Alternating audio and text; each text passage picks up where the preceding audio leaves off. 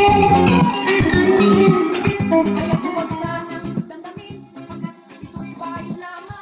guys, I'm going to flex my tinanim na kangkong.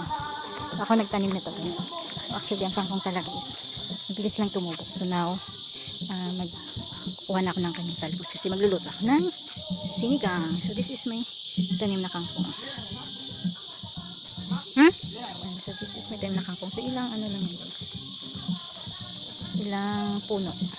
So 1, 2, 3, 4, 5, 6, 7. 1, 2, 3, 4, 5, 6, 7 lang siya na po. Yan o, pwede nang pitasin to. Yan. So let's pick na. So tinanim ko siya kasi madalas kami nagsisinigang gawa. Paborito ni Kim ang sinigang. Kaya sabi ko mag-try ko magtanim. Pwede na siya. Pwede na pang sahog sa sinigang.